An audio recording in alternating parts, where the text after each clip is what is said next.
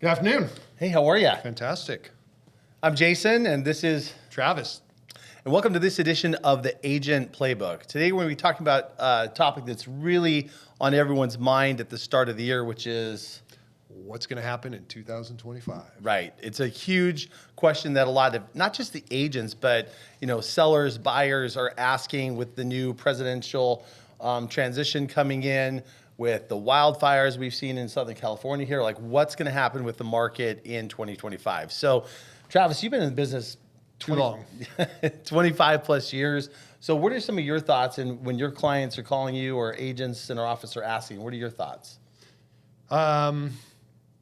You never know. We're looking at interest rates, and we've had, next year they're going to be this. Next year they're going to be that. And it's Right. back and forth. And it's like, wow, and now here we are at cresting 7%, which no Yes. one guessed at probably the last 6 months of last year. We For all sure. anticipated them dropping and dropping. So, that's going to be what it's going to be. But I think it's going to be a good year. Yeah, I think it's going to be. So obviously 2022 and 2023, we had historic lows as far as the number of sales transactions. Yes, Which really affected everyone. So if you're a homeowner in 2022, 2023, you're like, this is awesome. How's the market going? Well, you ask a seller, they're like, great, man, Right. I'm rich. You ask Exactly. a real estate agent, they're like, oh, help me. Yes, or even the buyers that have been trying to get into the Yes. market. So we have seen in December of 2024, January of this year, an uptick in the amount of inventory that is actually on the market. Little bit. It depends on city and things of that nature. So what are some things that you think an agent should really be looking at in 2025 with what to tell their clients? Should they buy or should they wait? That's the number one question for this market. Should you buy now or should you wait? Never tell a buyer that they should buy or they should wait.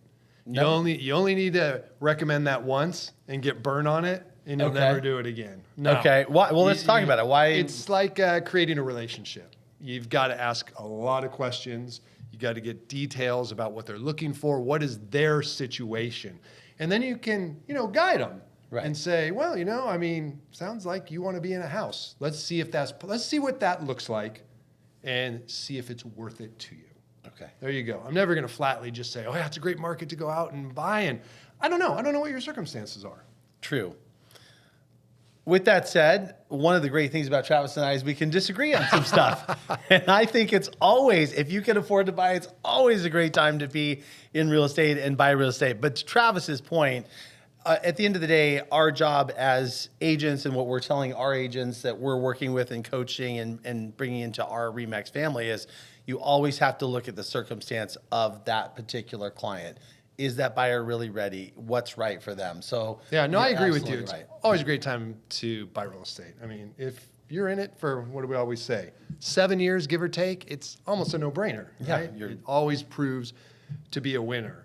But I just don't like it when people run out there and say, how's the real estate market? And the only answer an agent has is, it's fantastic, let's go.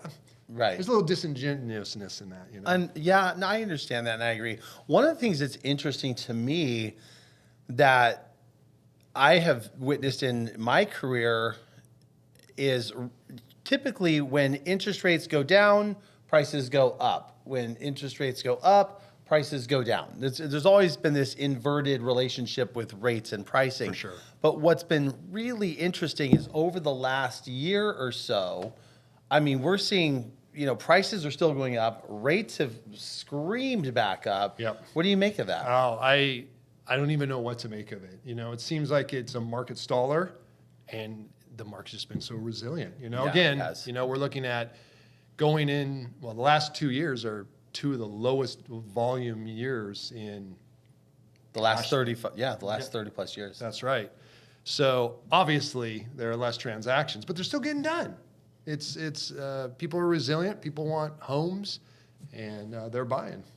Yeah, again. So our best advice to you as real estate professionals, when you get that question of what's going to happen in 25, to Travis's point, we don't know. If we knew that for certainty, we would all be, Sitting on a beach in the Sitting on a Bahamas. beach in the Bahamas. But we do know that we can look at past trends. We do know that we can look at the market indicators of what's going on. But at the end of the day, it comes down to what city, what price point, what's the buyer need.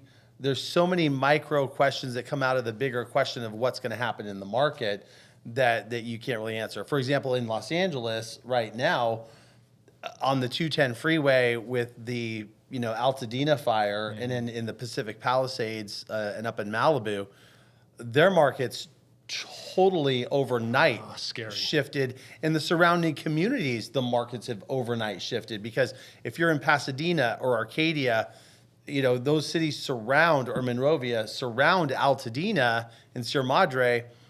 So all of those homes and all of those clients are going to have to be dispersed into those local city markets, which totally changes To the an game. already low inventory scenario. Very low. So 2025 we believe is going to be a fantastic year.